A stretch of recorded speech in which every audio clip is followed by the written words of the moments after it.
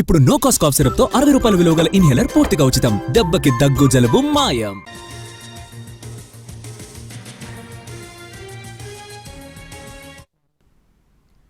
Guntur civil judge కోర్టులో bail petition దాఖలు చేశారు అంబటి రాంబాబు తరపు లాయర్లు. బెయిల్ పిటిషన్ తో పాటు జైల్లో వసతులు కల్పించాలని మరొక పిటిషన్ వేశారు. మరోవైపు లాటరీ కేసులో ఈ నెల 26 వరకు రిమాండ్ విధించారు. సంక్రాంతి సంబరాల పేరుతో లాటరీ టికెట్లు విక్రయించారని జనసేన ఫిర్యాదుతో 2023లో సత్తెనపల్లిలో కేసు నమోదు చేశారు.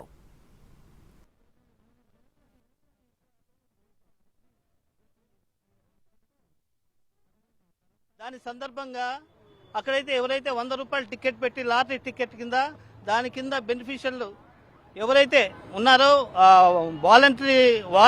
వాలంటీర్స్ ద్వారా పెన్షన్ హోల్డర్స్ కూడా బలవంతంగా ఇచ్చారని, ఏదైతే టిప్ తీస్తారు కదా అది కూడా వాళ్ళకే అందేటట్టు చేశారనేది అలిగేషన్.